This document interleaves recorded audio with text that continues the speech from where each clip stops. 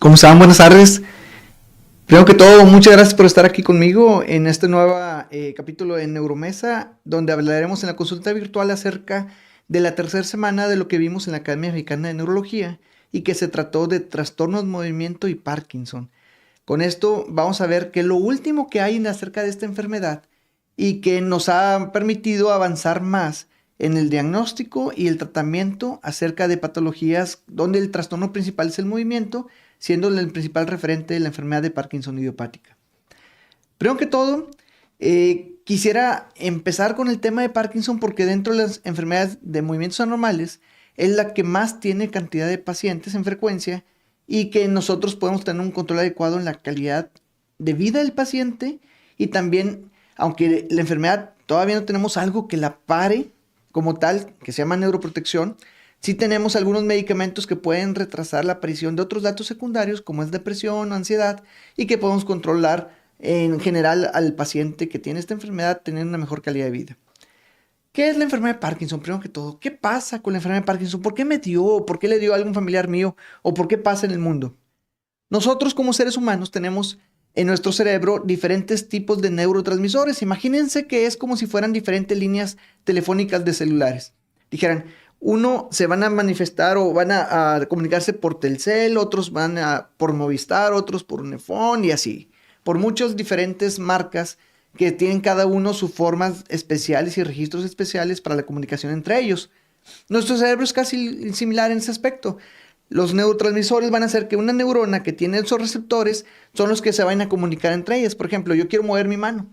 Por medio de un neurotransmisor que se llama acetilcolina, viaja estas bolitas de transmisores, ¿sí?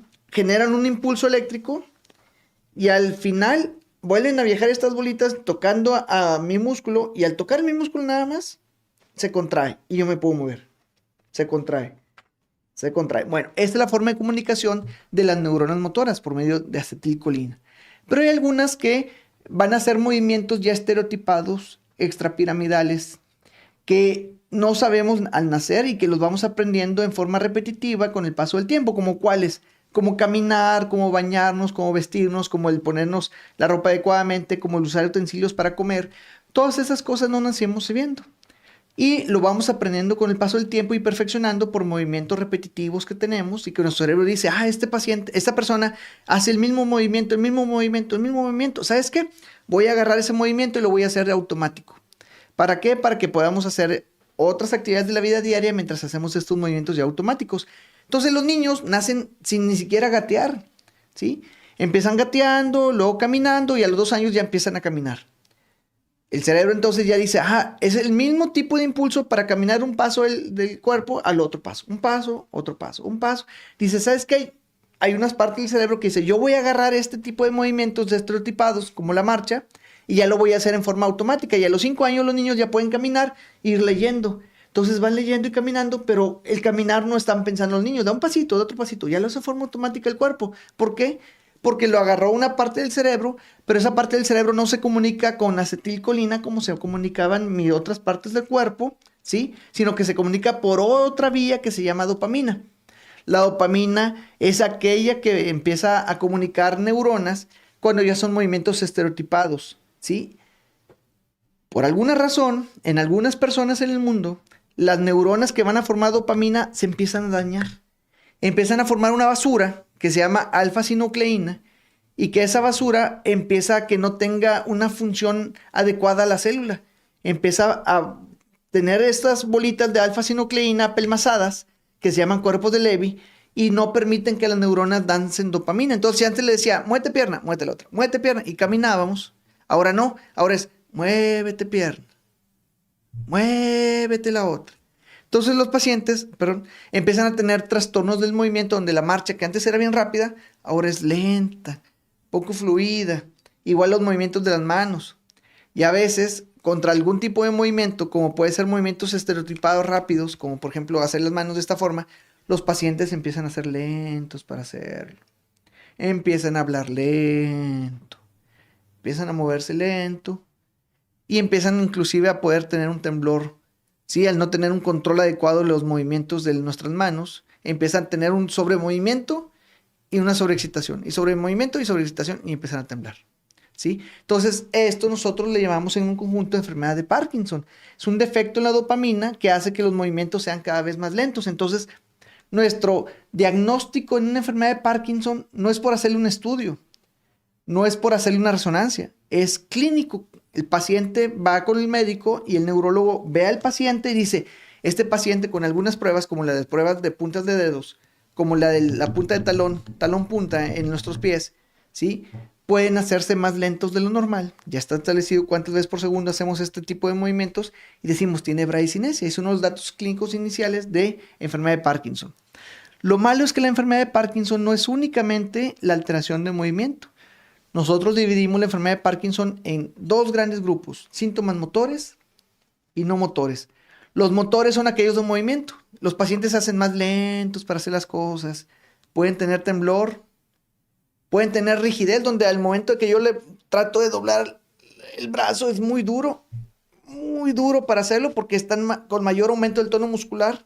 Entonces tienen eso que le llamamos rigidez y pueden tener trastornos de la marcha, donde se caen los pacientes constantemente porque no tienen un control adecuado de la marcha.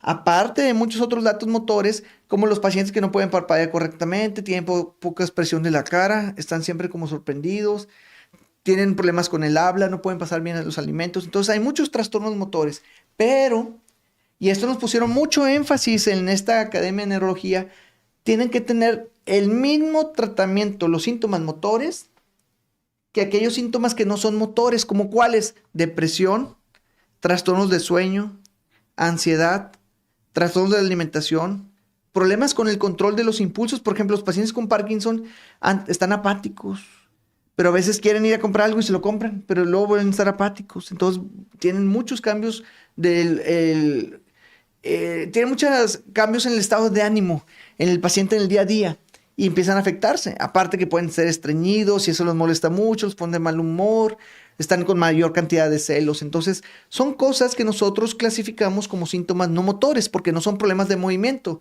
sino son problemas con el estado de ánimo, el estado anímico, cognitivo del paciente con Parkinson.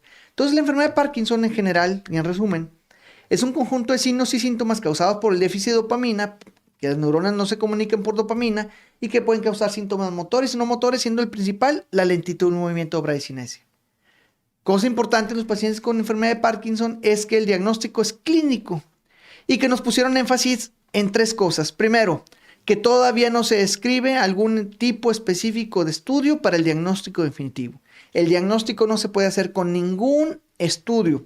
Te puedo orientar, hay un estudio que se hace en la Ciudad de México, en la Ciudad de Houston, que son las más cercanas, aquí en Monterrey no se hace, que se llama DAT-SCAN, que es un estudio con marcadores de dopamina puestas en un material radioactivo donde podemos medir la cantidad de radioactividad que se pega en las neuronas y que emiten y que hacemos un SPEC con la dopamina marcada. Pero es un estudio muy caro, más de 60,000 pesos del estudio, y nada más nos indican si es posible que sea Parkinson, esos datos de parkinsonismo que vemos con un paciente. Por ejemplo, vemos un paciente que está lento para moverse, pero también tiene el ojito que no los puede mover bien hacia arriba. Entonces decimos, ¿es Parkinson? Es un Parkinson más algo más que se llama Parkinsonismo Plus. Le hacemos el DAT scan y sale negativo. Es un Parkinsonismo, probablemente sea una parálisis supranuclear progresiva. Bueno, nos ponen énfasis que primero que todo hagamos el diagnóstico clínico, no por estudios de imagen. Se está empezando a avanzar en estudios de imagen, por ejemplo, mediciones de alfa-sinucleína en biopsias de piel o estudios que quieren hacer en sangre, pero todavía no se ha definido ningún estudio que nos dé el diagnóstico de enfermedad de Parkinson, ni antes de desarrollar los síntomas motores, ni aún con los síntomas motores. Se sospecha, se cree, se piensa que el DAT scan puede ser un estudio futuro, pero todavía no es definitivo para el diagnóstico, solamente es clínico, en longitud de los movimientos de los pacientes. Lo segundo que nos dijeron y nos pusieron énfasis en la enfermedad de Parkinson, hay que tratar los síntomas no motores. Nos enfocamos mucho en que el paciente que llega lento para moverse, lento para hacer movimientos de las manos, le damos medicamentos levodopa y parece magia, los pacientes mejoran bastante, pero siguen estando tristes, siguen estando deprimidos, siguen con impulsividad alterada, están los pacientes con celotipia, quieren mucho ir a jugar y comprar cosas. Entonces, poner énfasis en los trastornos no motores tanto así como los motores. Entonces, ver al paciente multifuncional y llevarlo con psiquiatra, con psicólogos, con rehabilitadores de lenguaje si tienen trastornos de lenguaje o de deglución, llevarlos al terapista neurofísico, al neurorehabilitador y con el neurólogo como tal. Entonces es un conjunto de personas que van a ver el caso, no va a ser una sola persona y que vamos a ver los síntomas motores y los no motores, especial énfasis en no motores y dentro de los no motores, especial énfasis en depresión. Los pacientes de Parkinson, hasta el 75-80% van a tener depresión menor o en mayor medida en algún momento en su enfermedad como tal. Entonces tenemos que tener mucho cuidado en el control de la depresión en pacientes con Parkinson y si la detectamos, tratarla a tiempo para que los pacientes tengan una mejor calidad de vida. Al final de cuentas, no vamos a curar esta enfermedad, vamos a controlarla, a dejar un mejor control en nuestros pacientes para largo plazo. Y tercero que nos dijeron, no tener el miedo ni como médicos ni como pacientes a tratamientos invasivos en pacientes que así lo requieren. Hay tratamientos en los pacientes para enfermedad de Parkinson vía oral, que es el común, la levodopa. Le hace falta dopamina al paciente, ¿qué le vamos a dar? Pues dopamina en tableta, se llama levodopa. Y mejora el paciente. Pero hay ocasiones que los pacientes son muy jóvenes o que tienen una calidad de vida excepcional, que quieren hacer sus actividades y no están ligados a tomar el medicamento cada 4 horas, estarlo tome, o medicamentos como el Stalevo, que son de liberación más prolongada cada 8 horas, y que tal vez sean candidatos a un tratamiento, si responden bien a la levodopa, que sea una estimulación cerebral profunda. El Deep Brain Stimulation o estimulación cerebral profunda, que la van a encontrar muchas veces en inglés DBS, Deep Brain Stimulation, van a ver que son unos pequeños cables que se ponen con un orificio en el cerebro, aquí en el cráneo, meten un cable del tamaño de un cabellito largo, hasta una zona aquí en el medio del cerebrito que se llama el núcleo subtalámico de Lewis o el núcleo pallidum, y excitan. Acuérdense que les comentaba que el Parkinson son neuronas que ahí tienen dopamina dentro, pero por una basura que tienen y que no la pueden sacar genéticamente, no pueden sacar la dopamina. La tienen llena, pero no pueden sacar dopamina porque los poros por los cuales sale dopamina están cerrados. Entonces, al llegar un estímulo eléctrico por medio de estos microelectrodos, estimulas a estas neuronas que tienen dopamina y sacan dopamina, pero de la cantidad necesaria como nuestro cuerpo humano lo hace. Al darle levodopa no damos la cantidad exacta que nuestro cuerpo humano necesita, damos de más o de menos. Entonces, hacemos alteraciones en los pacientes, pero no lo queremos hacer, pero es lo que más tenemos. Pero al estimularlos profundamente con este tipo de microelectrodos, si son candidatos los pacientes, previa valoración por un grupo multidisciplinario, le decimos, ¿sabe qué? Al paciente, usted tiene una enfermedad de Parkinson muy temprana, pero responde muy bien a la levodopa. Yo le recomiendo ir a ponerse unos electrodos profundos para que pueda usted tener una mejoría sin necesidad de tomar medicamentos o muy poca cantidad de medicamentos, pero tenga una mejoría clínica más importante y casi parecida a lo que su cerebro humano hace. Entonces, los metemos a este tipo de estimulación profunda, los pacientes tienen un mejor control y pueden inclusive hacer actividades un poquito más extremas que los pacientes que están tome y tome medicamentos y que no son candidatos a este tipo de tratamientos. Dicen ustedes, bueno doctor, ¿y por qué no se hace? ¿Por qué tienen que ponerle énfasis en esta academia que se tienen que hacer? Una, es porque muchas veces se tiene ese miedo de que algo ya invasivo no queremos hacerlo al ya dar todas las posibilidades no invasivas. Y no, claro, principalmente si puedes hacerlo no invasivo es lo mejor, pero en estos casos, si al poner una balanza y el paciente está mucho mejor poniéndole este invasivo que el tratamiento médico, pues a darle esa posibilidad a tu paciente de que lo sepa que existe y él va a decidir al final de cuentas si se lo quiere hacer o no, pero ya poniéndose en la balanza que es lo mejor y peor para él. Y segundo, pues es el costo, es muy costoso. Entonces, si no se cuenta con algún seguro de gastos médicos o una economía muy importante del paciente, a veces es difícil hacerlo porque estos estimuladores son difíciles que se consigan dentro de instituciones públicas como el IMSS o el ISSSTE. Sí los hay, pero los llegan en pocas cantidades y a casos muy específicos. Entonces, los pacientes muchas veces necesitan de algún otro medicamento porque es costoso y no son candidatos o no tienen los recursos necesarios para poder hacerlo. Entonces, por eso mismo se les da como una opción, pero que sea una opción real a los pacientes. Pero poniéndonos énfasis en que si se tiene la posibilidad, hay que decirles a los pacientes si son candidatos. Si son candidatos, hay que ofrecerlos porque tienen mejor control en las actividades de la vida diaria que el tratamiento vía oral. Entonces, en resumen, estas son las tres cosas principales que hemos visto con los pacientes con Parkinson y que nos vimos ahora en la academia. Primero, y como resumen, dar tratamiento a los síntomas no motores como la depresión y el resto de síntomas no motores en el Parkinson, al igual que los síntomas motores. Segundo, aún no existe tratamiento que vaya a cambiar la enfermedad como tal, pero hay tratamientos que podemos dar a inicio temprano, como puede ser una estimulación profunda cerebral, y que podemos hacer que nuestros pacientes con Parkinson puedan mejorar en forma más temprana, sin tantas alteraciones en su día a día, y que estas ondulaciones son dadas por medicamentos y que podemos evitarlos desde un inicio, ¿sí? Y darlos ya en estadios más avanzados de la enfermedad, siendo candidatos a una estimulación profunda cerebral. Y tercero, que aunque estamos cada vez más cerca, no hay ningún tipo de estudios que nos puedan indicar un diagnóstico certero y preciso de enfermedad de Parkinson que no sea más allá que la forma clínica de ver al paciente, checarlo, analizarlo neurológicamente y hacer un diagnóstico con el principal síntoma de un paciente con Parkinson, lentitud en los movimientos, bradicinesia. Entonces, en resumen, esto es lo que vimos acerca de Parkinson. Por otro lado, vimos también alteraciones en pacientes con movimientos o trastornos de movimientos anormales. ¿Qué otros movimientos anormales? Bueno, primero que todo, ¿por qué le dicen al Parkinson movimiento normal? ¿Por qué? Porque un movimiento normal es el caminar correctamente. Un movimiento normal es caminar lentamente. Entonces dividimos a los trastornos de movimiento en dos grandes grupos. Hipocinético, donde el movimiento es más lento, e hipercinético, donde los movimientos son más rápidos. Por ejemplo, hemivalismos, ¿sí? Temblor, ¿sí? Coreas, movimientos coreicos que los pacientes están como si fueran bailando, ¿okay? Que son movimientos hipercinéticos. O las distonías, donde los pacientes tienen un aumento en el tono muscular y se quedan con ese movimiento. Por ejemplo, hay pacientes que llegan con tortícolis, llegan con el cuello así, y así caminan, ¿sí? ¿Por qué? Porque hay un aumento en el tono muscular de un lado del cuello que afecta al otro lado del cuello que sobrecompensa. Entonces aquí mi músculo me está estirando para acá de este lado y este está sobrecompensando. Entonces tengo el cuello así. Entonces, esto le llamamos distonías. Y si son de una sola parte del cuerpo, se llaman distonías focales. Y si son de toda parte del cuerpo, una distonía generalizada. Para las distonías ya tenemos muchas armas para el control de los pacientes e inclusive estudios genéticos que son baratos, que son accesibles a todo el público en general y que podemos tener un control adecuado de los pacientes que tienen un aumento en el tono muscular. Entonces, las distonías podemos controlarlas y tratarlas. Tenemos que tener un control adecuado en nuestros pacientes. ¿Y cuál es el tratamiento para las distonías? Toxina botulínica.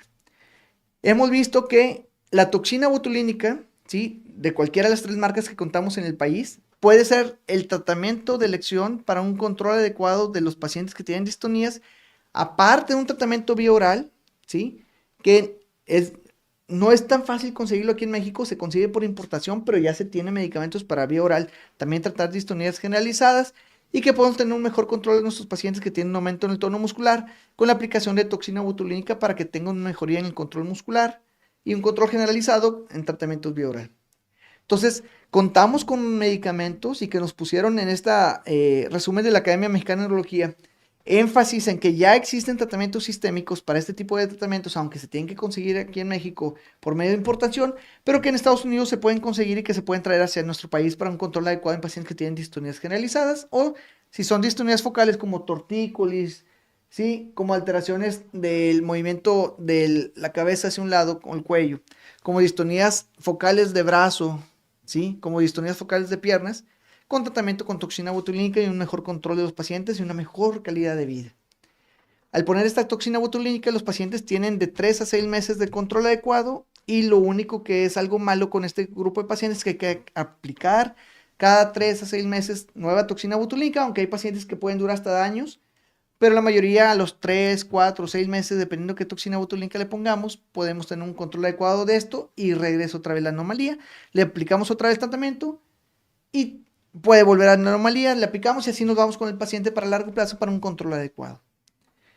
Por último, hay otros movimientos anormales que nos empezaron a platicar acerca de estos como movimientos anormales que pueden estar ligados o no ligados a algunos otros anticuerpos, como en la enfermedad del paciente rígido. En la enfermedad del paciente rígido o de la persona rígida, Steve Person, que se llama o se denomina esta enfermedad, Es un trastorno de los cuales tenemos una alteración por anticuerpos que van a una parte del cerebro, excita esta zona del cerebro y aumenta el tono muscular de forma generalizada. Y que si tú tocas al paciente, aumenta el tono, trae contracturas y luego disminuye.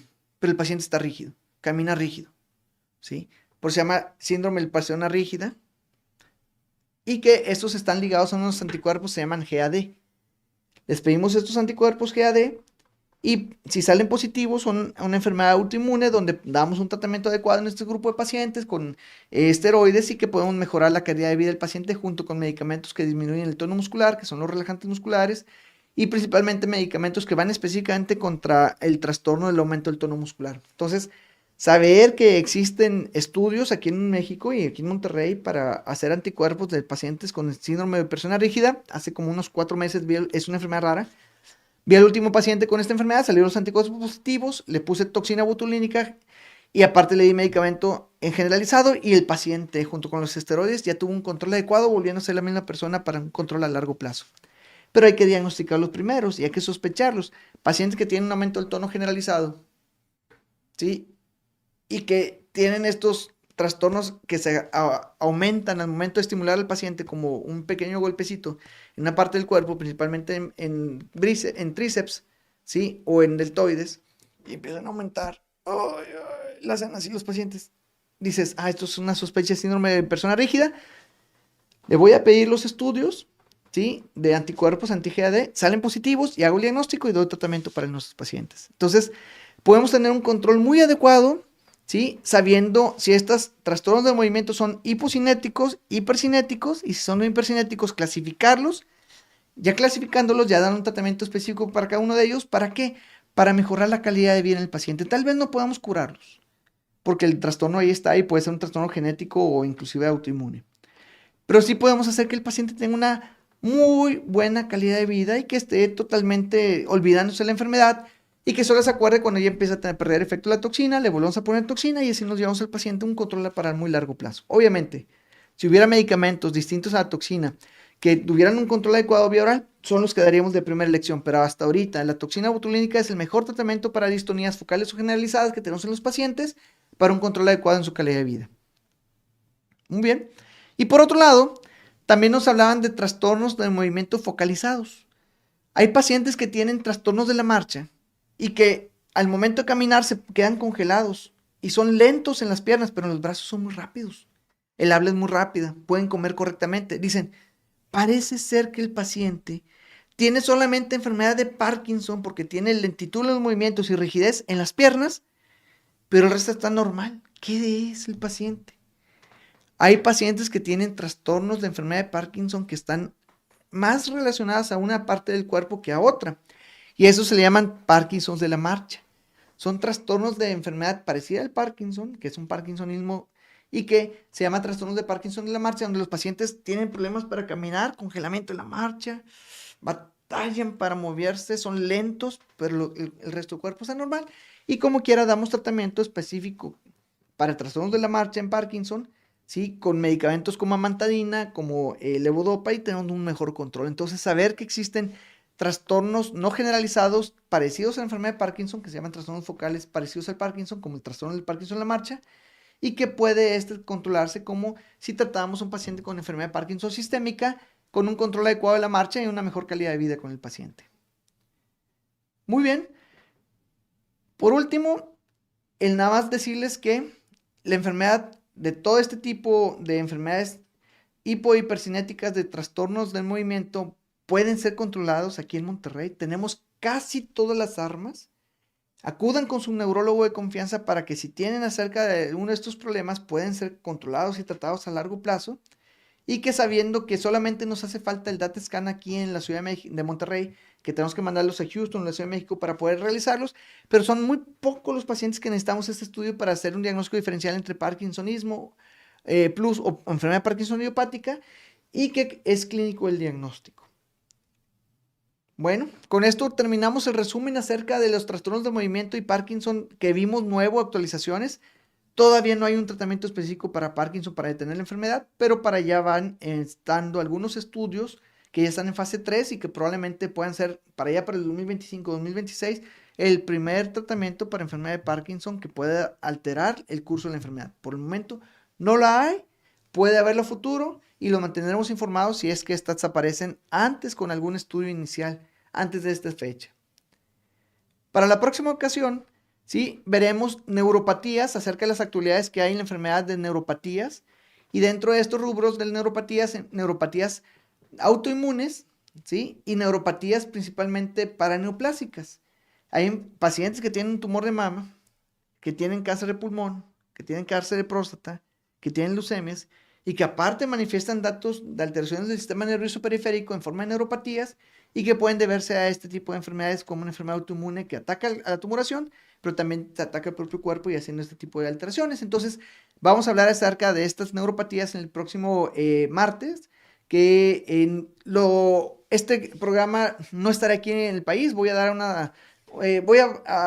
una plática acerca de un estudio de investigación que vamos a presentar en el Congreso Nacional de Neurología de Alemania. Vamos a ir a Berlín y desde allá estábamos platicando acerca de trastornos de neuropatías, tanto autoinmunes como paraneoplásicas, y que hablaremos acerca de las actualidades que hay en el diagnóstico y en el tratamiento de este tipo de enfermedades. Si tienes más dudas acerca de este tema o de otros temas neurológicos, síguenos en las redes sociales, ya estamos en Facebook, en YouTube, en TikTok, y que podemos hablar acerca de estas patologías. Y si tienes alguna duda en específico, escríbenos. He intentado el llegar a todas, contestar cada una de las cosas que me han mandado a pedir, pero sinceramente no me es tan posible porque son muchas. Entonces lo que haré es que al terminar este ciclo de resumen acerca de la Academia Mexicana de Neurología, voy a dar 2 pláticas acerca de puras preguntas, para contestar muchas preguntas que tienen ustedes rápidas, forma de contestación rápida, para que no quedarnos con ninguna de estas dudas. Sé que para ustedes a lo mejor se desilusiona decir, oye, es que le pregunto y no me contesta. Trato lo más posible de contestarlo, pero a veces el tiempo es difícil. Pero mejor voy a hacer estos programas para poder contestarles a la mayoría, orientarlos acerca de las preguntas que tienen y con esto poder tratar de que mejoren su calidad de vida y poder llegar a un tratamiento y un diagnóstico más que todo, y al tratamiento buscarlo con su neurólogo en confianza en su localidad. Con mucho gusto. Cuídense bastante, muchas gracias por estar aquí conmigo y cualquier otra duda o pregunta, estamos en redes sociales. Se despide de usted el doctor Alfonso Mesa.